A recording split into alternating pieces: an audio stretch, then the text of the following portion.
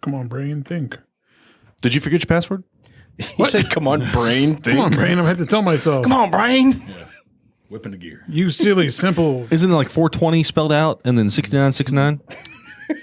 Hell yeah. Yeah, it is actually. Like, how did you know? 24/7, 69, 420. All right. That's how we're going to start the show, huh? You can't say that every time we start. Like you're surprised by your bullshit. Well, Oh, hello everyone, and welcome to the Funky Panther, coming to you from Fort Worth, Texas. We've got an awesome show for you here today on episode 40. We've made it to 40 episodes, gentlemen. Pretty dang good. We've got a special... All right. We got a special guest with us today. We've got Chris. Do you want to say hey? Hey, how y'all doing? Good, great, awesome. So everybody sit back, relax, and enjoy, and let's get into it. I'm Chad. I'm Javier. And I'm Tim. And we are The Funky Panther! Yes. You didn't like my applause?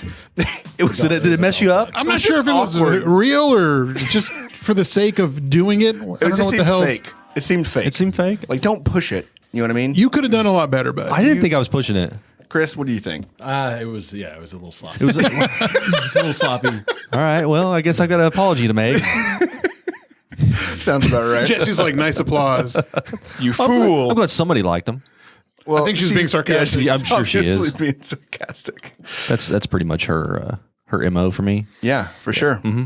So, we just saw each other not too long ago, right? Yeah, we are kind of doing back-to-back episodes. It's only been a few days since we had Dustin on, but we're excited to be here for everybody because we've got a special guest, and we're really excited to get into some of the projects because he's got a shit ton of things going on. Too many. So excited about talking about the different projects and stuff. So you want to go ahead and let's get started with the Funky Five. Hold on. Well, hang on. Let him introduce himself. Yeah? Let him introduce himself. Okay, yes, sir. I'm sorry. I maybe I pushed that one. You pushed the applause. You did. You were just trying to jump right in there. Well, my name's Chris Reale. I'm the owner, one of the new owners and operator of Roy Pope, as well as future owner-operator of Paris Coffee Shop here in Fort Worth. Woo! Awesome. I mean, should I have a musician? And musician. That's always been a thing. Absolutely. All right, I'm going to clap. Beautiful. That's what a real clap sounds like. I brought the kids in. Creepy ass kids. Awesome. Can I do the Funky Five now? Yes, sir. You can do. Now I can do it. Yeah, it's okay now. You can. Sorry, Chris, to push that on you. Do we need to be back to back for this to happen, or can I? No. Do you want to see me to my Yeah. Do you ask me to my face, or is it like one of these? You I have can't to bend blink. over when I do Just this? look at me square in my face, right? No. Shaking. So these are just gonna be like 5 questions. Just the first thing that comes to your head whenever I ask you the question. Majority of them are gonna be local based. Yeah, right. bring it. And you are a local dude, so it shouldn't be too hard. Let's see how Fort Worth I truly am. Ooh. Okay, cool. So, well, they're about you basically. So, Interesting. One, what is your favorite Fort Worth restaurant? Can I cheat a little bit? Sure. Yeah. Can I do like a? Yeah, I'm going to cheat. Go for it. So this would be like a best thing in my opinion. What I would do on a good day of restaurant touring around Fort Worth. So we'll say it's a Sunday. Okay. I live in South Fort Worth, so I'm going to wake up, go to Berry Street Ice House, Stefan's spot. I'm going to drink a couple mimosas and a poinsettia. And then from there, I'm going to go to Magnolia, smash some breakfast at Paris Coffee Shop, Very nice. head back to the house, let that settle, play little drums, get in the truck, drive to the border of Fort Worth and Haltom City, and have a bowl of pho at Dong Ba. I'm there 3 to 4 times a week. Have a bowl of pho at Dong Ba. I'm going to get a small beef tendon spicy broth bowl of pho. That sounds good. And the spicy broth, people get weirded out, but it's not like heat spice. Yeah. It's like extra herbs, and I think they enrich it with some blood. But there's lunch right there. I'm going to leave there and go up 121, head downtown. I'm going to stop at T&P. Stop at T&P, going to get some chips and salsa and Love start T&P. drinking some beers on tap. Talk with John or Liz. And then, so there's breakfast, lunch, so dinner. This would have to take 2 people. So I need someone with me, but I'm going to go to Grace. I'm going to sit at the bar. As soon as I sit down, I'm going to order a 7, which is a cocktail. It's vodka base, fresh lemon, fresh lime, mint, cucumber, cayenne and salted rim, Really, really refreshing. So I'm going to order that and then order of chorizo stuffed dates, which are Chorizo stuffed dates. That sounds interesting. So bam, got the cocktail, eating the chorizo stuffed dates, finish the cocktail, immediately go into a glass of mezcal, neat, and order a toad in the hole split for me and whoever's with me. So toad in the hole salad there. It's it's primarily like French bittered greens, so frise, arugula, shaved asparagus, bacon, and then the toad in the hole's on top. So it's like brioche toast, center cut out, over easy egg fried in the center of it. And then it's got a truffle vinaigrette, so you like cut through that egg, drips all over the salad. We're all available tomorrow, by the way. Right? I'm like, I need a date. Shit, this sounds like an awesome day.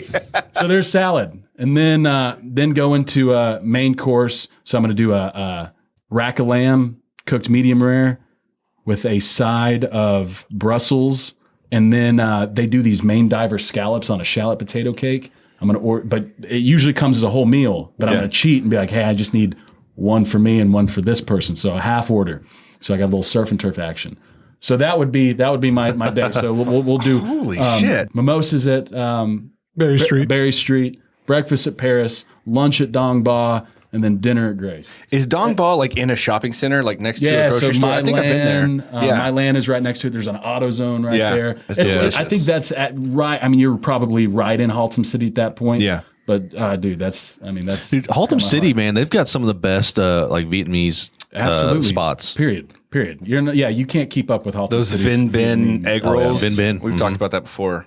Man, that sounds like a hell of a Sunday. Dude, I mean, but that's a crazy hard question. Like my brain just totally just contorted, and I was like, Didn't seem that hard because all you of these things just spat it off your entire fucking day. That's a whole course. That's a whole. To come up with one, that's the Right. thing. Oh, That's okay. the hard Yeah, the part. one is to come thing up with is one. hard. I got you. That's a whole balanced meal. Yeah, one would be. I mean, I'd probably say Grace. 'Cause Okay. I feel like comfortable there, and I know what they're doing. I know how the chef thinks, and I mean, they've got to me the best product you can. I love that. Yeah, it's really good. But yeah, I mean, that's lunch and breakfast. I mean, there's a lot of food in a day. Yeah, that sounds like an awesome Sunday. Rack of lamb, chorizo stuffed dates. I mean, That sounds really interesting. We got to check that out.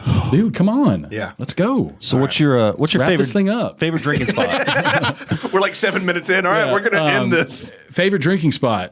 So I'm going to cheat again, man. There's a really cool bar over by my house called People's Republic. So I'm South Fort Worth, just southeast of TCU, less than a mile. This place, if you keep going down 8th, it turns into McCart, and it's right there on the left-hand side of McCart called People's Republic. A good buddy of mine, Igor, owns it. He's an Eastern European guy. Dude, that place is, I mean, the diviest of the dive, but it feels good. They serve espresso there. Really, really good vibe. So People's Republic is a staple for me. TMP, I always feel really comfortable there. And Magnolia, South Main, I usually bounce around over there. But I would definitely say People's Republic. That's a good spot to be. I haven't been there either. Like you're naming off a lot of places that I have not yet been. I'm pretty stoked about, like trying some of these spots. Yeah. All right, favorite local musician. Man, that's tough. I don't listen to a ton of local musicians. I really, really don't. Geez, man. Fair enough. My lead singer, he's my favorite local musician. There you go. John Masterson. All right. Okay. What is your favorite band then, or genre music that you listen to? That's actually a really tough one. I listen to a lot of 80s pop and funk. So music in general, I started off playing a lot of thrash metal and technical death metal, just because it was really demanding. You know, like I wanted something that was really going to push me. But I also played drums in church, and I've played like some country stuff, and played like post rock, which is like more odd time signatured poppy rock, if you will. But favorite band ever, I would say This Town Needs Guns. Yeah, it's a post rock band that I've always liked since I was in high school. I look to you, Tim. Never heard of them. I've never heard them. Yeah. But I think they go by TTNG now, because I don't know. They're from I don't know where they're from. Not here. I can tell you that. But yeah, real technical guitar, real technical drummer. Yeah, I would say This Town Needs Guns is probably my go-to. I can listen to them anytime. I don't know, man. Kings of Leon I like too. They're a good vibe. TTNG is from Oxford, England. Perfect. Yeah. Cool. Favorite podcast that you listen to? I think it's This American Life is the the actual NPR thing. one, right? But yeah, NPR one, but specifically S-Town. I don't know if y'all have listened to that podcast series. I've wanted to. It's on my list. Dude, it's awesome. Yeah, I mean, I've listened to it twice. It was on my radar. It's a good one. Yeah. What's it about? I don't want to say anything without giving any spoilers, but it's about a guy investigating a murder in a small town in Alabama, and it just ends up being nothing like that and goes down a totally different road. But it sucked me in, and it's all real. It's like, it's crazy. I mean, it's a little sad, but it's nuts, man. It's a really, really good one. So that I would definitely say that's my favorite, S-Town. Okay, cool. And then last but not least, your favorite movie that if it comes on TV, you've got to sit down and watch the rest of that movie despite the commercials and everything else. It's got to be a bad one. That's usually what sucks me in is a really like National Treasure or something. Really? That's on. Yes. And it's like one of those things I don't like it necessarily, but if it's on, I'm like, well, crap. I've got to watch it now. I got to watch it. Yeah. And it's one of those things like this happened recently, which this is one of my favorite movies, The Patriot. It's like I started it and it took me like a week to finish it because I would watch a little bit of it in my living room, and the whole thing that started it was on like cable TV. So I saw a little bit of it and I was like, well, I got to finish that. So, but it took literally like a week for me to bounce from other people's houses and my house and my computer and my TV in my living room and my bedroom to finish The Patriot. Well, you're a busy man. That makes sense. Jeez, man. Yeah, we actually are big fans of horrible movies. Yeah. We still do, but not so much with COVID, but we used to have bad movie nights where we'd watch movies like, have you ever seen The Room? With Tommy Wiseau, and it's just like the most awful put together movie. They actually did a remake of it, right? It wasn't really a remake. It was basically the making of The Room, but it had like James Seth Franco. Rogen. No, I don't think I've James seen Franco. it. No, I haven't seen it. Dude, okay, go watch it. It's rough. Like, yeah, it's rough, but they play it at like Alamo Draft House and things like that, and they'll do like it's kind of like the Rocky Horror Picture Show. It's got that kind of following behind it. Watch that and then go watch. I think it's on Netflix right now, but they got the James Franco basically playing the main character of that, and it's the making of The Room. Yeah. It's a terrible movie. And The Disaster Artist. That's Disaster it. Artist, yeah. Yeah, that's right. But it's a great movie to just be like, what the fuck am I watching? Yeah, we watch like clown murder movies, like just the crazy shitty movies. Poultrygeist was a good one. Poultrygeist was one. Y'all seen Teeth? Oh yes, that's not. See, recommend that I one. wouldn't say it's a bad movie. It's a weird movie. If Tim says that, then I would think it's probably an awful movie. Yeah, Teeth. Which Yeah, one's Teeth? Who's in Teeth? It was okay. So Teeth was originally called Vagina Dentata. My favorite. That was the It sounds like a original. nice Italian dish. That was the original name for whatever foreign. Does that mean vagina al dente? yes? Well, al dente is French, Italian, right? Yeah, it's Italian. Looks like a chewy. But yeah, pasta. Teeth was an interesting one. But like Rubber.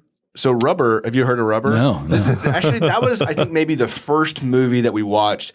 It was like early Netflix. Like this is like 10 years ago or so.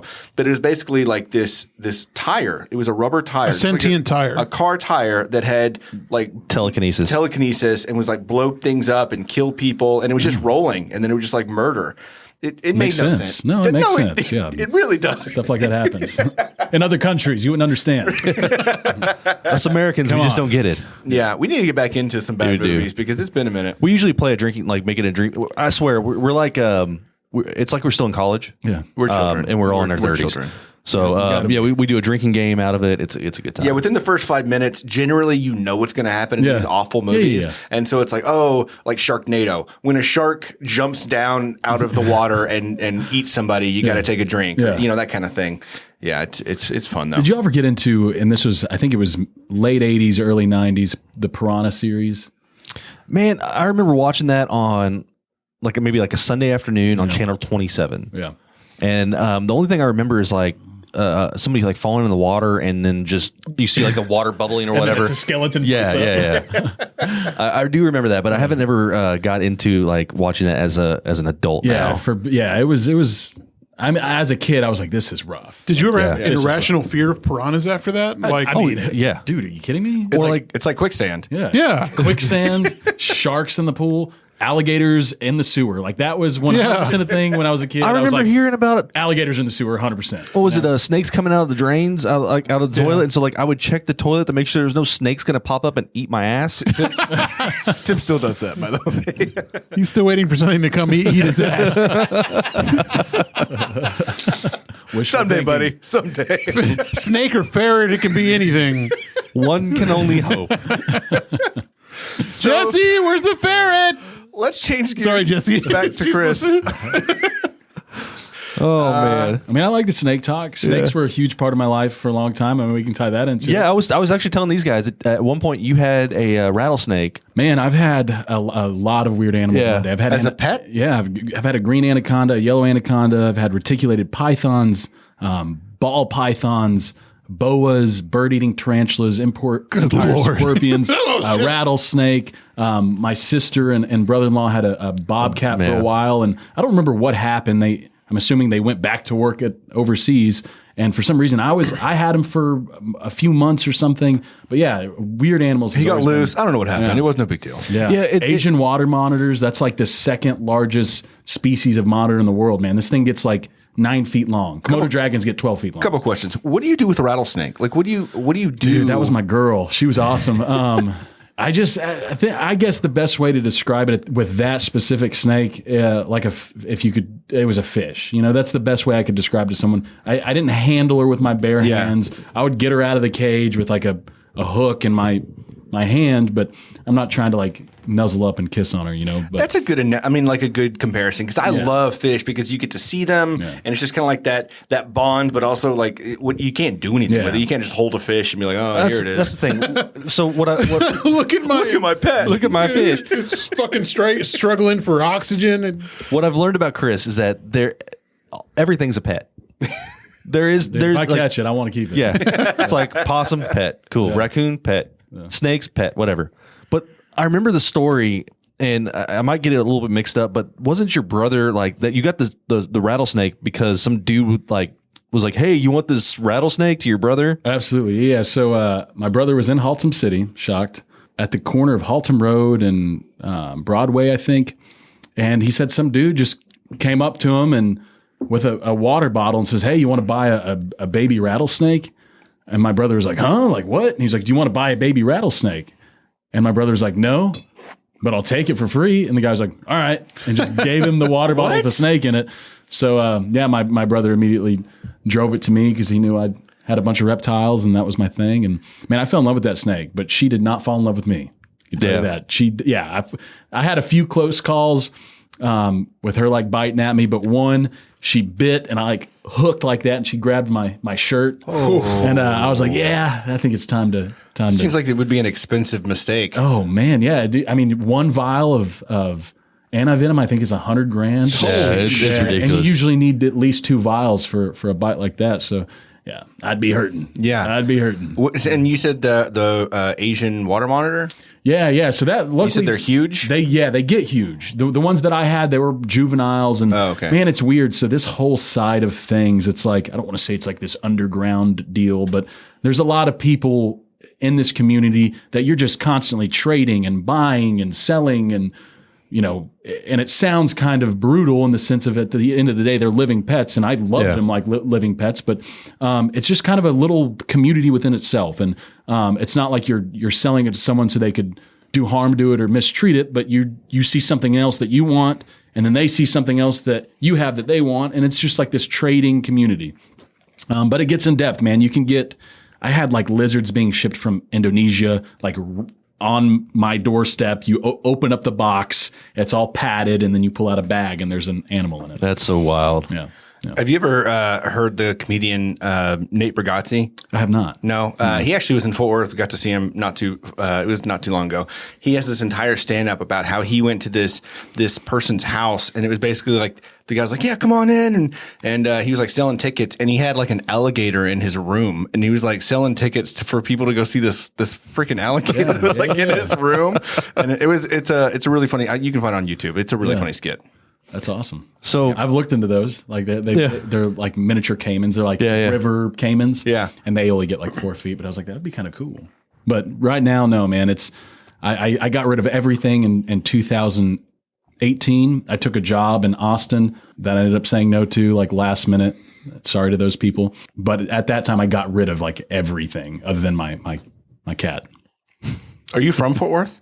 Yes. Yeah. Well, I mean, Haltom City, right? Haltom. Yeah. Grew up as a kid in Haltom City, and then I think I was 19 or 20 when I moved to Fort Worth in Fairmount. Yeah, been here since. But I've always worked in Fort Worth. Even when I was a teenager, I worked downtown at restaurants.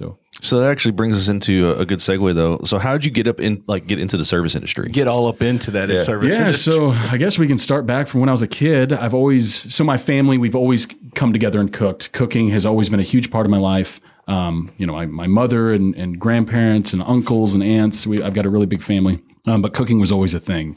So I ended up developing a passion for it. And as a kid, I was like, well, I guess I want to be a chef. That's like what I kind of always told myself.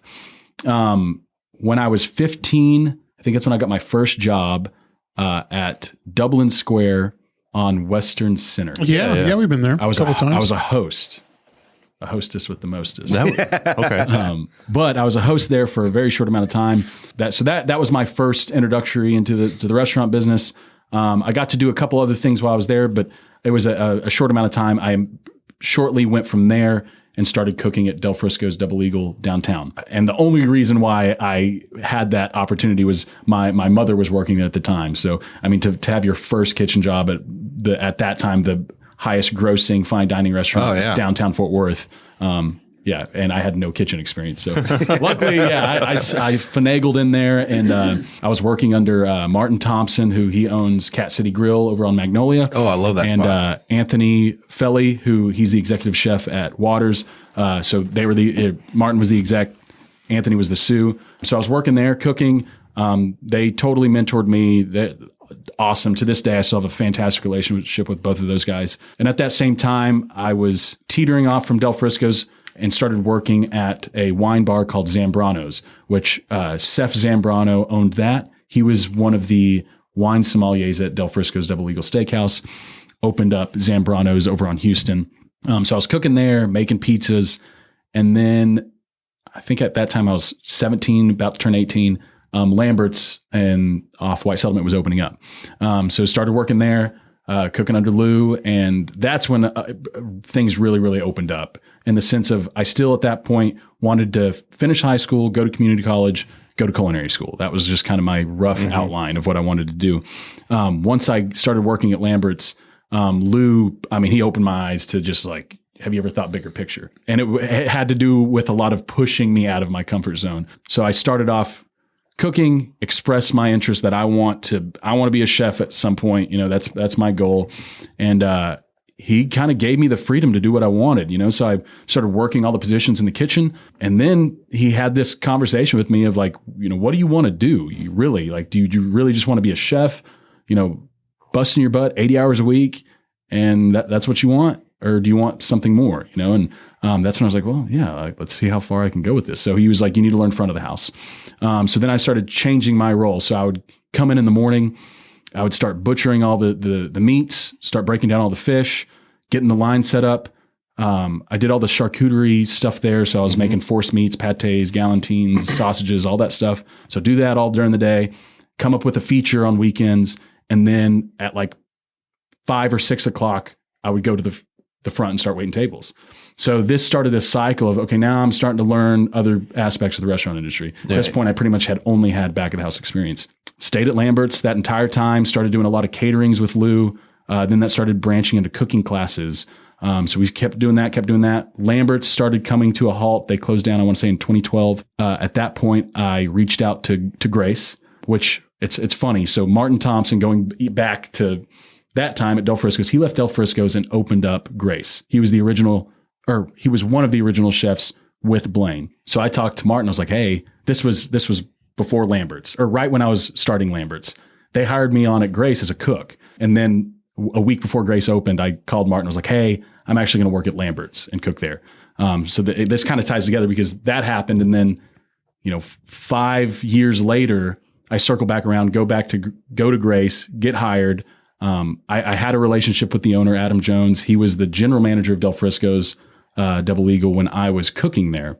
And my mother had worked for him. My sister had worked for him. So he had a really good understanding of my family background. So go to Grace and start bartending there. And then soon after I started, man, I took over their cocktail program and started coming up with all their craft cocktails there and did that for a really, really long time, all while in college and still working with Lou. Even though Lambert's closed down, he had that conversation of like, I've got all these restaurants and hotels and operations in Austin. If you still want opportunity, let's make this happen. So I still was pretty much splitting my time between, which there was no time to split, but school, Grace, and Lou, and all these things are full time. Me and him primarily were doing caterings. We did a lot of stuff here in Fort Worth Food and Wine Fest. We started doing this hunt and fish social club, which was like a foundation or organization that we started that we could start housing these events under. We did like a big Beto benefit dinner, and we had Leon Bridges come out and play, and this is all at Lou's house. So didn't y'all do a one for like the Alzheimer's Association too? Yeah. So we do beefsteak dinner. I think we've done it 6 times. 2020 we didn't do it obviously because of COVID, but I think we did it 6 years in a row, 7 years in a row. Raised a ton of money and a lot of cool musicians. But yeah, I mean, this is something we've been doing for a long time. Is all these different events throughout Fort Worth, and we did a cooking class in California, and him and his sister have an operation in Marfa called El Cosmico. Yeah. So we would do. I didn't realize he had El Cosmico. Yeah. So his sister's Liz Lambert. So she does all of like the hotel side. He does all the food side, but they kind of mesh together. She'll bring him in there. And they've got a boutique hotel in Austin, right? Yeah, multiple. So they've got San Jose, St. Cecilia, Austin Motel. I'm sure I'm missing one, but then they've got right, and then and then Lambert's downtown barbecue, which is part of that MMH group, which Lou's tied into that. Which there's a lot of restaurants that fall under MMH too. So so during all this time, I'm in Fort Worth, but I'm usually gone once a month for a week or two doing these events. You know? So that's kind of where I ended up after Grace. I was planning to go to Austin. That's when I said no, I'm going to stay here in Fort Worth. The Campo thing happened, doing barbecue. Did that for a full year, and then at Clear Fork. Yeah, and then that was the end of 2019. Went to Mexico for a little bit, came back, and then started working on this bar concept. And then, boom, COVID happened, and then Roy Pope, that opportunity popped up. So jumped on that, and here we are. So tell us more about Roy Pope and how you got involved in that, how you got that opportunity to just come in and take it over. Yeah. So it was presented to Lou and myself. So Mark Harris, our partner in Roy Pope, he's a developer here in Fort Worth. Him and one of Lou's old fraternity brothers work together, which Roger Shefflow is the guy, and he's one of our partners in Roy Pope. Roger reached out to Lou and said, "Hey, Roy Pope is going up for sale." Me personally, I didn't know much about Roy Pope. I knew it was a thing, but I didn't know the history and exactly what it was. But he presented Roy Pope to Lou and said, "Hey, would you have any interest in operating this and coming in on it as a partner?" And Lou talked to me and he was like, "Hey, these guys are wanting me to dive into this thing." I was like, that sounds like a bad idea. Like, I was like, you want to do that? Like, it's a grocery store.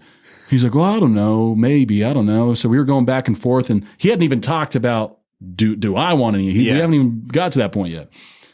So, a little bit of time goes by, and he was like, "Hey, you want to come to this meeting with me and like just sit in?" And I was like, "Oh, this is a trap." This is a trap. But like a timeshare situation. Yeah, but we sat down, and man, it just opened my mind. I started thinking of all the things that we could do. And what I want to do, I'm very passionate about Fort Worth. I'm very protective of Fort Worth and the culture. I feel like there's a lot of people here that don't necessarily grasp old school Fort Worth mentality. Right. And I think the only reason why I do is just from working at those certain spots downtown. That's the neighborhood Westover Hills. The people that come into the restaurants that I was working, that's them. So I feel like I understand their mentality. So I started like, okay, like I could see some cool ideas here and cool ideas here. And all of a sudden it kept developing. And I was like, yeah, let's do this thing. So we started the partnership, sealed the deal. I think we were the only offer that was going to try to keep it Roy Pope, which to me is so important. And that reflects same thing with Paris. There was a lot of other offers that were going down, but they were not going to keep it Paris Coffee Shop. So this is slowly started to turn into this legacy group. Mm-hmm. We want to capture these historic, monumental places, give them the love and care it needs, and just update it. Roy Pope, revive it. Yeah, it needed the love. And Bob Lawrence, the owner that we purchased it from, man, dude, this guy was so encouraging and so enthusiastic and so just gracious and happy that we're going to keep this thing going, and don't get me wrong, there's a ton of pressure behind it with us, hitting that mark, the neighborhood's expecting X, Y, and Z. Right. So I need to make sure I provide that. The opening is going to be a mess because we're just taking our best guess, but I know whatever the neighborhood needs, I'm going to give them anything and everything they want, Well, it's like you said, the people of Westover Hills that, that frequent the places that you've been to, Mm-hmm. like, I'm sure they're all going to flock over there to see like what's going on. Cause I'm sure there's probably some people that hadn't been over there before, like whenever it was open. Yeah. And there's a lot of like young professionals coming into that neighborhood that, hopefully with all these, the renovation and the implementation of a coffee and wine bar and some of this newer stuff that activates Roy Pope a little bit more, we'll grab some of that younger crowd. Yeah, most definitely. Yeah, so that's kind of how the whole Roy Pope thing sparked up, and the ideas just keep coming on what we're going to change and what we're going to do. But at the end of the day, we want to keep Roy Pope 100% Roy Pope. We want to give the neighborhood exactly what they need and what they want. But we also want to educate and showcase what we can offer. Everyone involved in this, like my team is absolutely incredible. Like on paper, you cannot find a better team. I've got a James Beard Award nominee chef. I've got a level 2 wine somm, a level 1 Cicerone, a store manager that has 12 years fine dining experience. I've got like this fantastic team, but at the same time, we're all restaurant people. Mm-hmm. So we're super humbled by the grocery aspect. But we've got a fantastic grocery consultant, Mike Carter, who he's got 35 years HEB background. This guy just reached out to me via email and was like, "Hey, I live in the neighborhood.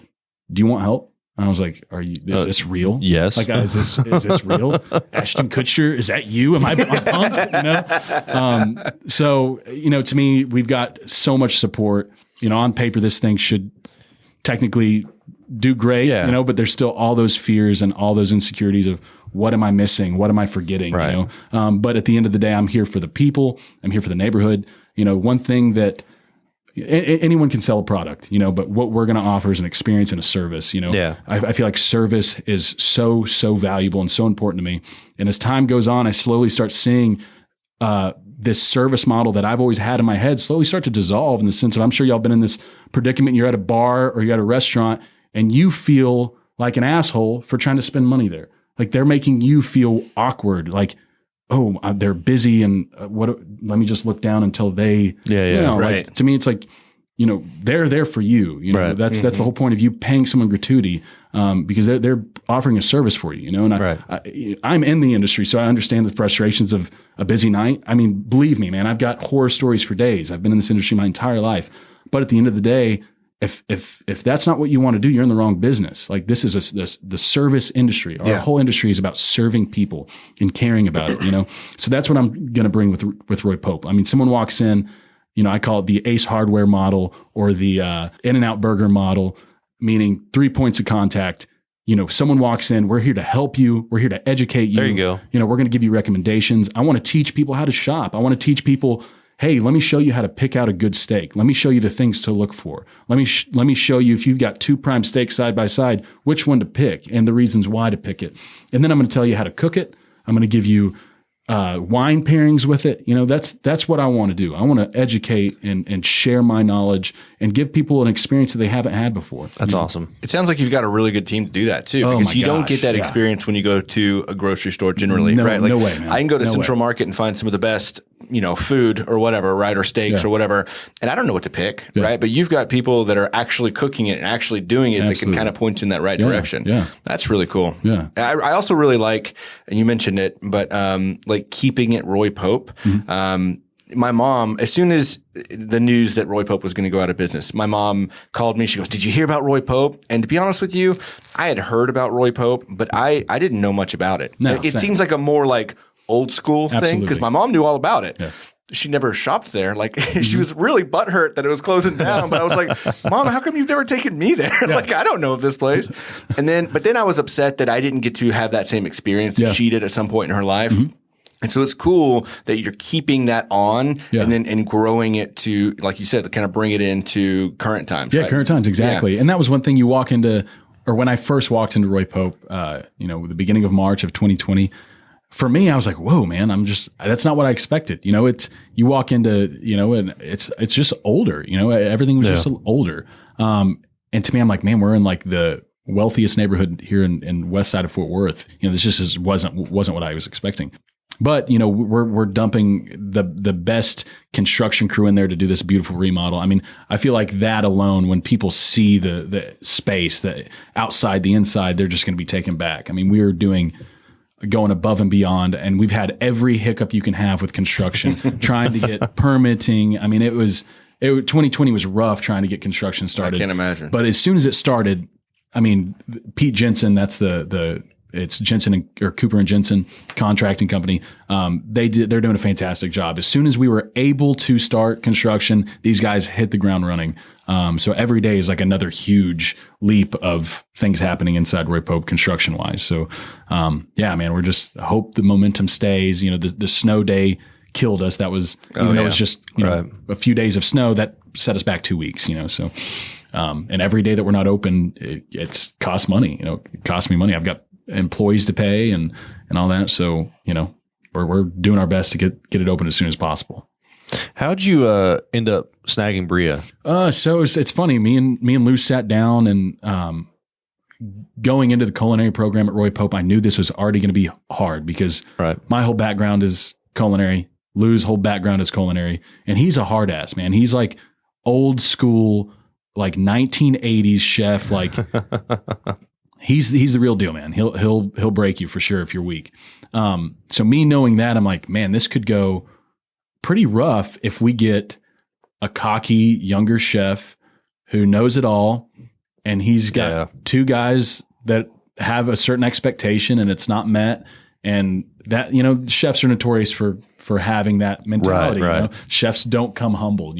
Believe me, there are some in Fort Worth that are, but there's also a lot in Fort Worth that aren't. So I was like, man, what do we do? And he was like, what if we get like a badass girl? I was like, shh, that sounds awesome. And so I immediately thought Sarah Hooten, which she's Hot Box Biscuit Club, Central Market. We have a great relationship with her, but I was like, she has her own thing. And he was like, well, let me just reach out to her and see if she's got anybody. So she reached out to her and was like, Bria. And I was like, isn't she locked down? She's like, no, she's open. So Bria was at Clay Pigeon, right? She was at Clay Pigeon and then Piatello, I'm pretty sure. And then, I just reached out to her and said, hey, you want to talk? And I met her at Hot Box Biscuit Club. And this was probably April or May of 2020. So we had just closed on Roy Pope, and had the conversation with her, gave her details and ideas, and also was very open in the sense of, I've never worked in a grocery store my entire life. So we're going to be trying to figure this out together. Right. And she was like, cool, let's do it. So locked her in, and she's running with it, man. Like, it's awesome. I'm glad that we're working together, and, we communicate every day and meet up and talk ideas, and, I'm learning a lot from her, and I know she's learning a lot from us. So, man, it's exciting. We've got some big plans, with what Roy Pope can do out of that kitchen. When it comes to like creating that menu, since all of you seem to have like that background, right? Yeah. Was it you kind of had an idea, Lou kind of had an idea of what you want the menu to look like, or is it a lot of Bria, or is it all of you? Yeah, so I would say it's definitely all of us, but knowing that she's a chef and me and Lou having our background, we were very conscious of, look, we can easily bulldoze through this, and we don't need to do that. We need to lay out structure and totally put our hands up and see what she can do. That's going to take the whole purpose of her being there is for her to show off, to show her talent. So if me and this other chef are, and they're being like, well, I'm a chef and he's a chef, and this is what we expect and this is what we want, and we're gonna miss some things. So what we said is, this is kind of the narrow parameters. Start filling them in, and then let's see what happens. Yeah. So she started filling them in, and it was falling in line with what we're thinking. So it all worked out. That's awesome. Yeah, it all worked out, man. It's coming together nicely. Yeah, she's really, really easy to work with. So you, we kind of touched on it with pre-show. We're jokingly about you being a former mixologist. Yeah. Or a fancy bartender at Grace. Yeah, fancy bartender. So what in your bartending life, what drink did you hate making? Any drink that was in a blender. Okay. Any drink that was in a blender, ice cream, frozen margarita. Yeah. And not because it's not creative. It's just you got other drinks to be making. So Right. you've got to stop what you're doing, and it takes 6 minutes to mess with it. Okay. So that was like my least favorite.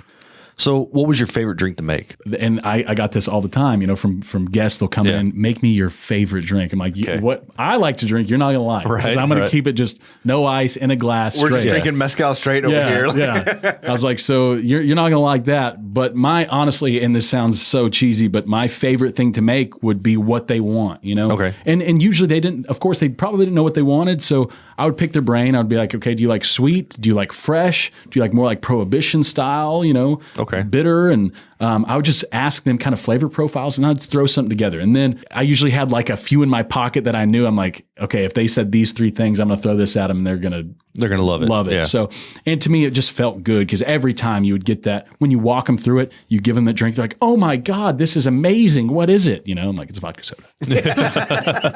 So No, but A little bit of lime though. yeah, but really what made them happy, that's what I wanted to But make. paying attention to them and like finding out like, well, what exactly do you like?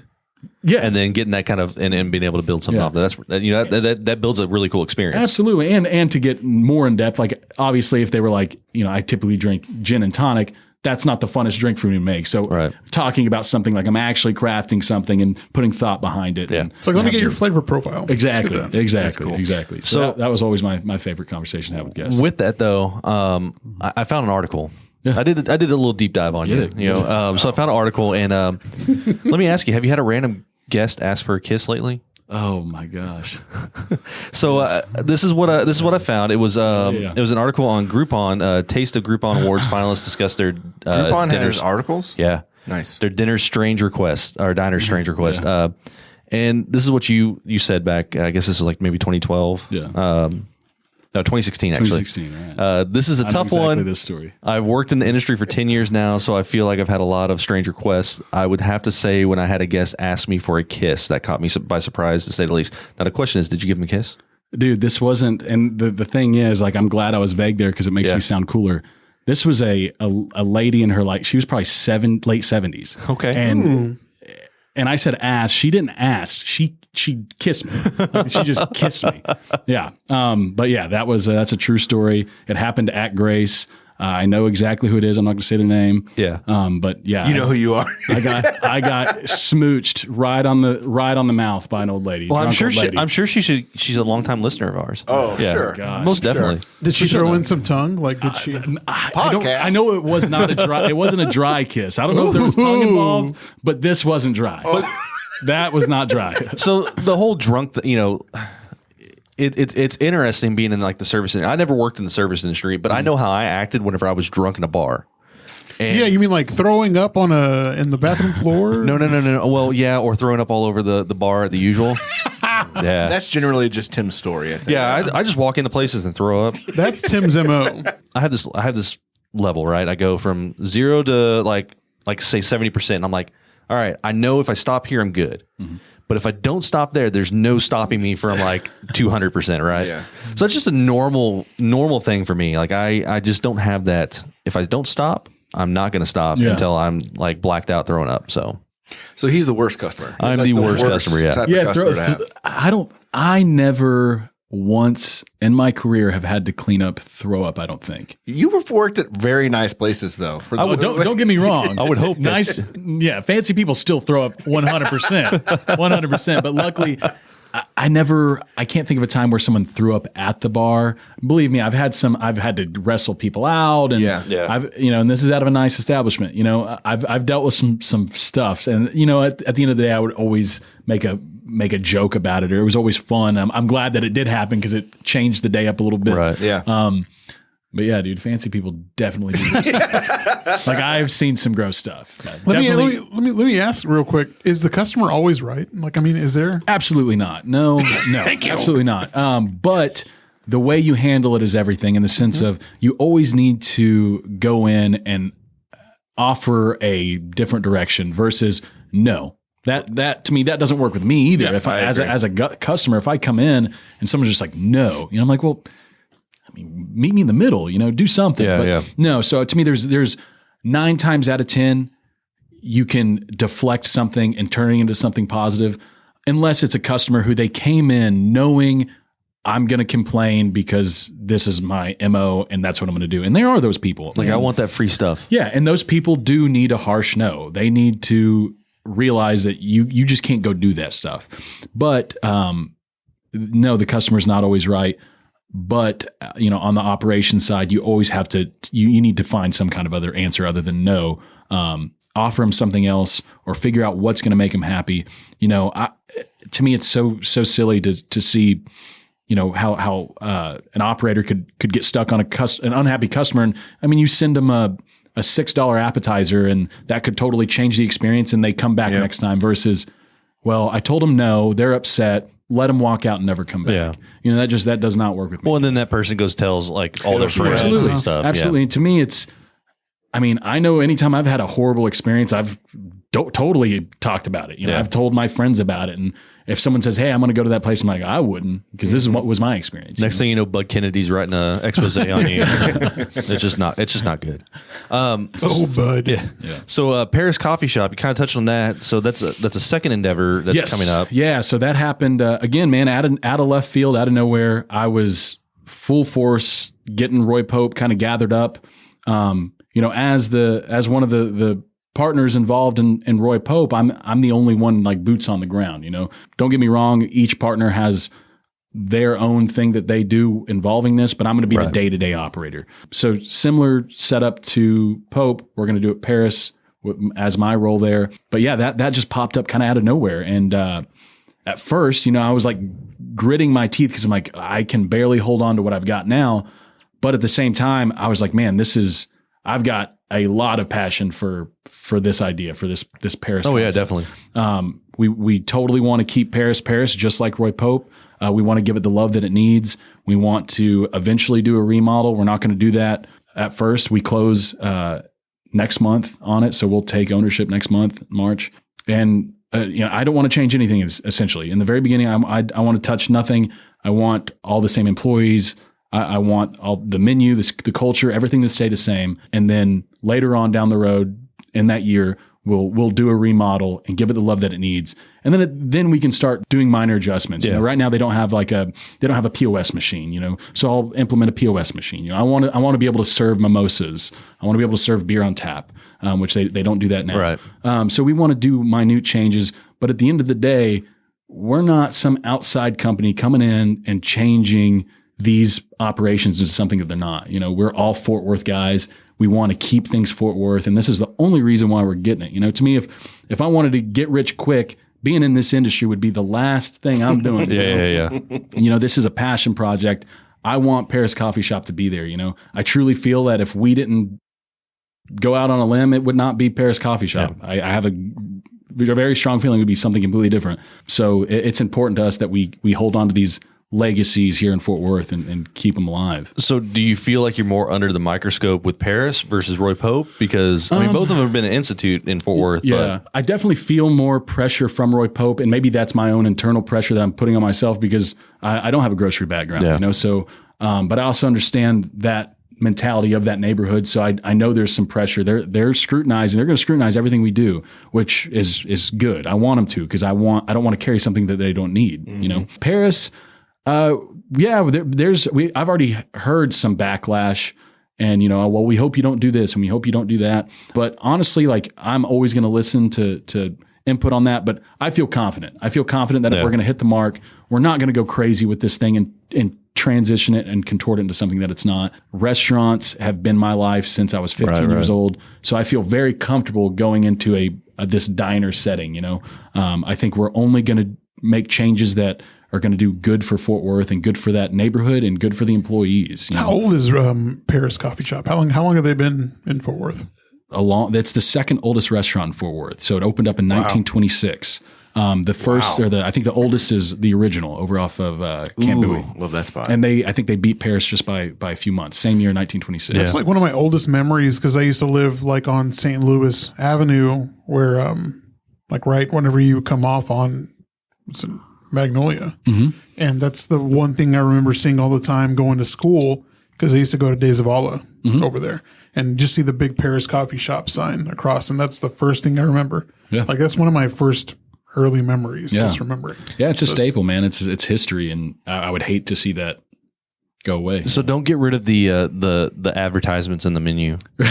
Like you got to leave that. I was there Monday eating, and I don't remember what page it's on. I think it's the second page, and I'm looking at the menu, and I look over, and it's like an advertisement for like dental work, and it's just these people that just busted. It looks like someone grabbed a handful of yellow brown teeth and just pitched it at someone's mouth. Man. And it's just everywhere.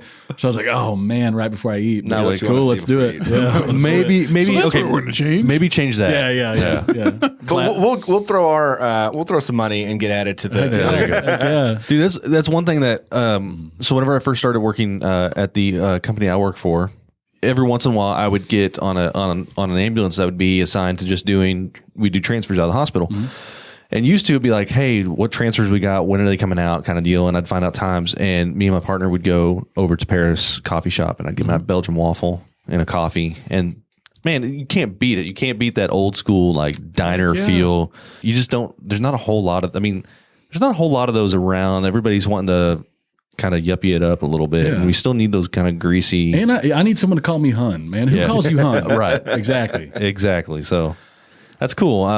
Darling. I found that interesting though. Like I was thinking that you would be probably more under the microscope with Paris because of that, but thinking about like the following on Roy Pope too, and then looking at like how much changes you were making with Roy Pope versus what's going to happen with Paris. Yeah.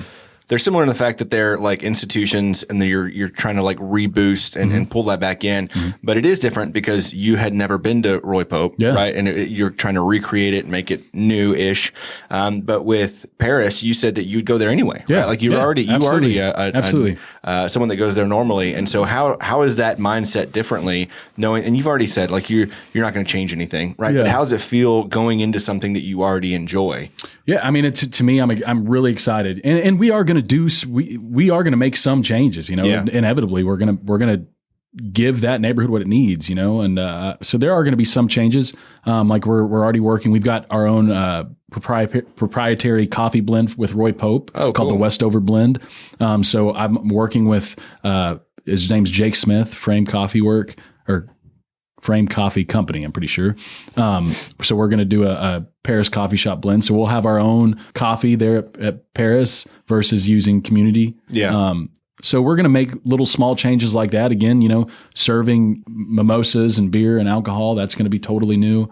And we're going to change the layout and redesign kind of the dining room, the same layout, but add more counter service. There's a whole back half of Paris Coffee Shop that people don't know about. It's all storage. And we're going to open that up and expand dining into there too. And then that'll give us the ability to do private events as well. You know, if someone wanted to, a pharmaceutical wanted to use that room for showing something, we can do that. And, we're going to just implement new things that it needs, but we're not going to take away what Paris is. That's if I could say anything about Paris, that's the last thing that we're wanting to do and that we're going to do, and I know that there's already been some people tapping at the window, like, well, are you going to screw this up? Are you going to change this? So that we are 100% being scrutinized on both projects. But I guess I just feel a lot more confident with Paris because, again, like you said, that's something that I've already been into. I understand the culture. There's still a lot for me to learn from the employees and understanding them. But I'm not going to kick open the door and, hey, I'm the new owner, y'all are going to listen to me. It's no, you're going to have guns. Is that the thing? I mean, maybe. Yeehaw. Hey, it's Forward Texas where the West begins, but I truly want to go in and learn from them. They've been doing this for forever. I'd be doing myself a disservice if I just went in with this mentality of it's my way. Right. We know what we're doing. They've been doing this for a lot longer than I have. Yeah. So I'm going to go in there and listen, and where we can clean things up, we're gonna. Where I can add my expertise, I'm gonna, just to make it better. That's all we're gonna do is just make it better. So with all this though, you still find time to play drums. Yeah. Drummer extraordinaire over here. You gots to, man. And you're in a band now, My Perfect End, right? Yeah. Okay. Butt cheeks. I always think of a butt. Yeah. My perfect end. So, what bands have you? I mean, you played in several bands in the past. Yeah. So growing up, I think I've always wanted to play music. I remember when I was 6 or 7, I had talked about I wanted to play drums. We grew up with no money at all, so that was just not going to happen unless I did it myself. So at age 9, I started mowing and weed eating every yard I could find. Yes. And it took me 3 years. So I was 12 when I bought my drum set. It took me 3 years to save up $349. But bought my first drum set, and I mean, I just didn't stop. I started playing. I had a really interesting upbringing. Religion was always a really strong aspect of my childhood. But with that comes a little bit of imbalance in the sense of my parents, they got together when they were 14 and 15. Had my sister, had my brother, had me. So they have 3 kids at the age of 20. So they're 20 and they have 3 kids. They get engulfed in the church. The church, I mean, they're going to listen to what the church says. So at that time, I don't know what church we were at, but magic is the devil. Public school is the devil. So all these things kind of encompass my life as a kid. I did not have a structured education until I was in high school. Like, I mean, straight up, like Wild West, like just nothing. Wow. So it was a good thing and a bad thing in the sense of I got to spend a lot of that time playing music. There was 2 kids in my neighborhood who were homeschooled and they played guitar and bass. So inevitably I'm like, well, we just stay home. So let's just play music. So age 12, I start playing music with these 2 guys. And then, I was about to turn 14 and then my mom was like, you have to go to high school. I was like, I've never been to school. What are you talking about? She's like, no, you're going to high school. So I went to high school and to talk about a shock, I was like, I'm screwed. And I get to high school. I'm like, maybe I'm not screwed. This is sad. Like I'm doing it, So in high school, and that's when I really, really started focusing on music, started playing in local bands and playing live shows and kept going with it. That had always been a part of my life until probably 20 or 21 years old. And that's when work really just engulfed my life. And then college and all that, I did not have I don't want to say a good college experience. I just did not have a typical college experience. I would, go to TCU, go to classes, in my work uniform, go to work. I mean, that was it. That was just in class, go to work. Yeah. You started TCU a little bit older. Oh yeah. In life too. Yeah. So I was at TCC for forever, way too long. But yeah, I mean, it was just, I had no other option. I'm working I was going to TCC till last year. So you're doing better than a lot of people. Yeah. But finished TCU. I didn't know what I was going to do there. So I just got an associate's there and then booked it to TCU and finished up there in nutritional science, food management. So the study of food on a molecular level and how it affects the body, and then business.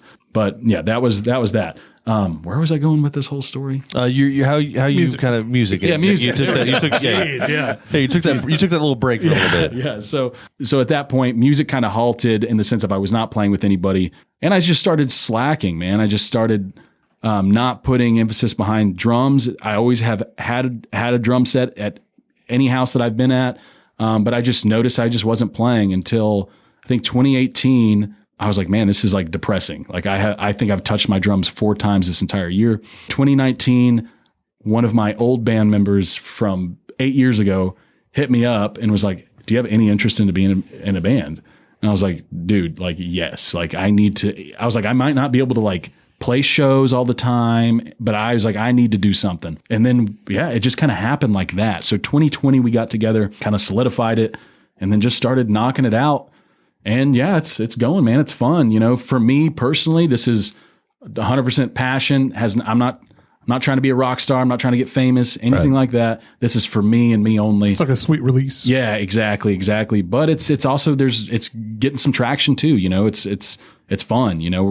The recording aspect, that's a lot of fun to me. Writing, writing these new songs and me laying drums to them. It's been a really, really cool process. And then we've got, a song that was scheduled to be released next month, but my lead singer ended up halting it until April. So we're going to release a new song in April with a music video. And then right now we're working on a full album. And y'all just you just finished up filming that music video, right? Not too long ago. Actually, no, man. We finished filming that video like 4 or 5 months ago. Okay. Yeah, but it just the guy took forever to edit it. Yeah. And then once you get it, this is something that I'm not used to, is once we get a song finished, then you've got to get it like published, and then you've got to submit it to all these different streaming platforms like Apple Music and Spotify. And it takes like 9 weeks. Like literally this whole, like, the song's done. Okay, let's wait 9 weeks now. Like, and that kills me. I'm like the most impatient person ever. So I'm like, just put it out. And they're like, no, like we got to get it out like on platforms for people to listen to. So it's just, it's taught me to be patient and kind of go with the flow of how that whole thing works. So the single out right now is Hollow, right? That's the newest one. Yeah. That's the newest one. So I was listening to it, and dude, the vibe I get from it, I get a little bit of like almost like Tool, like just that kind of absolutely. like melodic voice. Yeah. Do you mind if I play just a little bit of it? Man, all right, jam it. We'll play a little bit of it here, and Tim, I thought you said you were going to play it. there it is.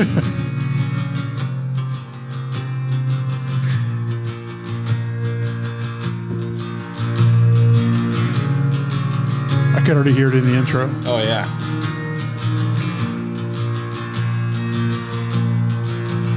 Break free, silence the Like Tool, a Perfect Circle kind of vibe to it. For sure.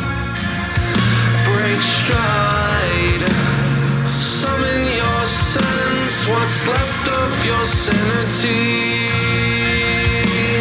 Sorcery, suffocating, wasting away.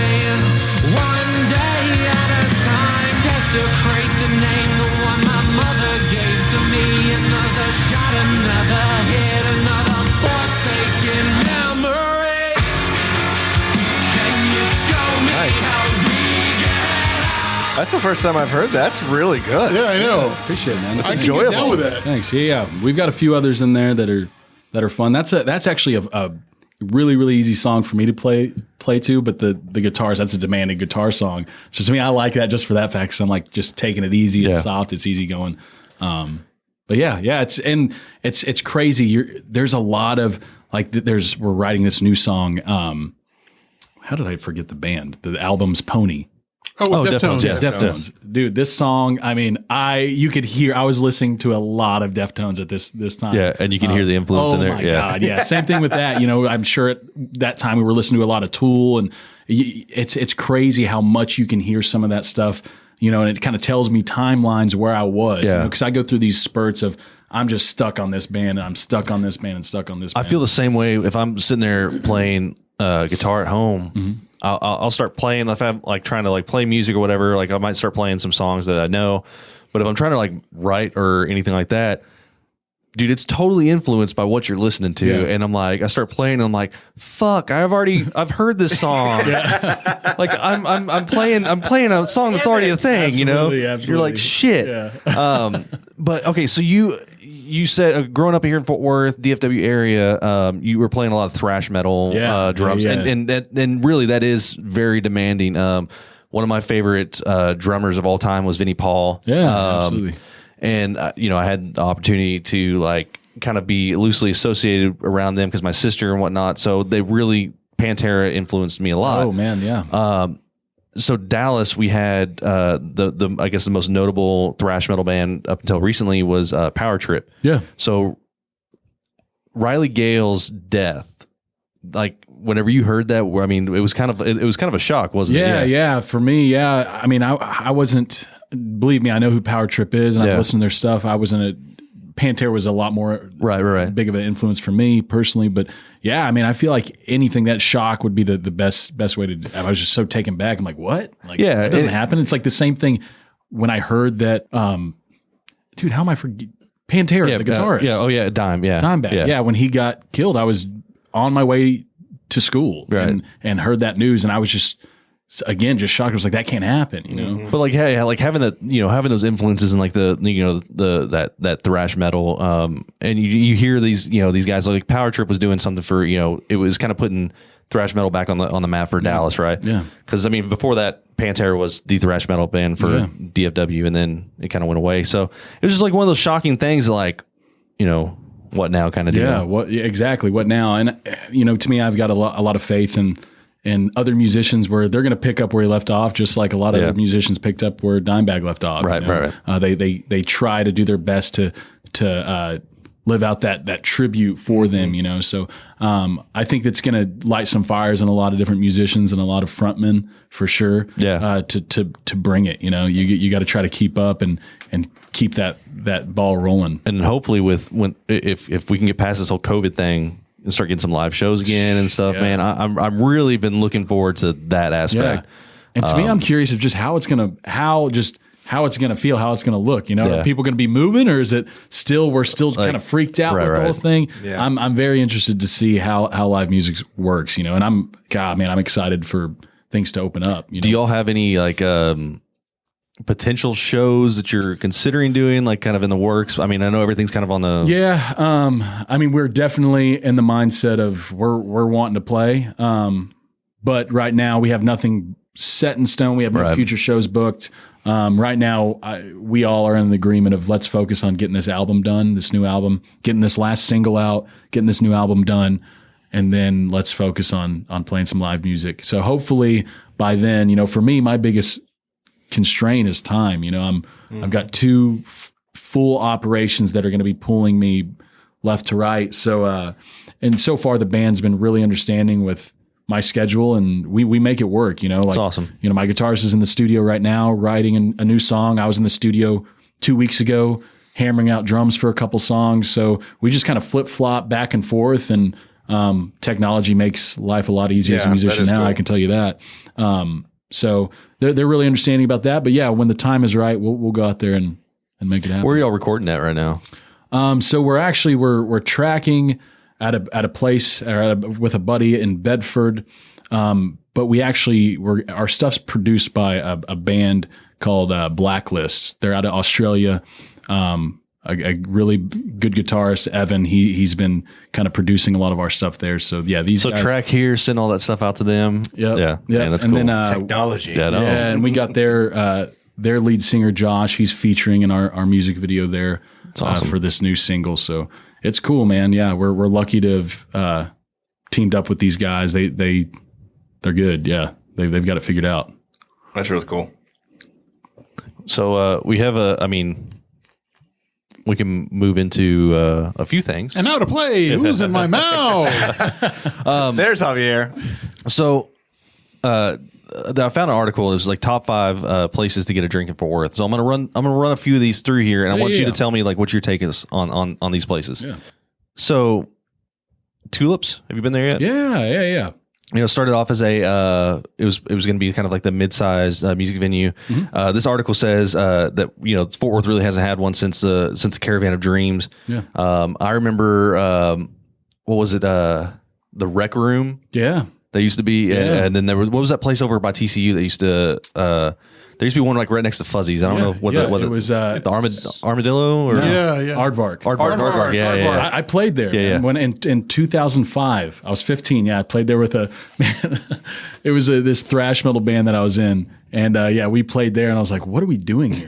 What was the name of that band? It was Chromium. Chromium. Oh man, Chromium. Yeah, absolutely. I think I've seen that on a flyer. Oh, dude, we 100%. Yeah, like, stapled everywhere. But yeah. So Aardvark. Yeah, so Tulips is going to be supposed to be a mid-sized music venue, but you know, COVID, right? Mm-hmm. So they can't really do as much on that aspect. But so they're saying they got food, drinks. Yeah. We got to check that out. That's where the collective. Yeah. Have y'all not been there yet? No. Not yet. So Jason's a good buddy of mine. Me and him actually, before Roy Pope happened, we had a conversation of how can me and Lou be a part of what they're doing food wise there. But we just really wanted to kind of see the space and talk with him. But it's a solid spot. Bria's sister Tia, she's a manager there. Okay. So I've been there a handful of times, man. It's a good spot. Like I would definitely recommend. They've got good coffee.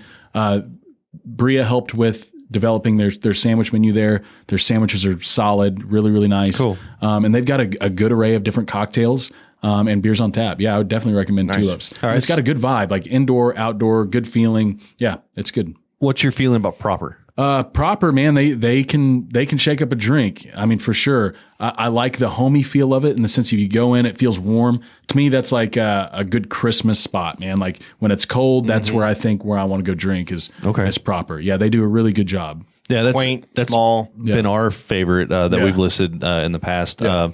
Nickel City. Yeah, man. I was kind of late to the game. I was in there, I want to say a week and a half ago. Got to meet the owner and talk with him for a while, and it was cool, man, hearing his take on Fort Worth because he's an Austin guy. So me and him kind of connected on Austin operations and things that I've done down there and things that he's done there. But that's it. I mean, I would definitely like daily that spot. Like that's a really, really cool feeling bar. To me, I almost get like a New Orleans vibe in there.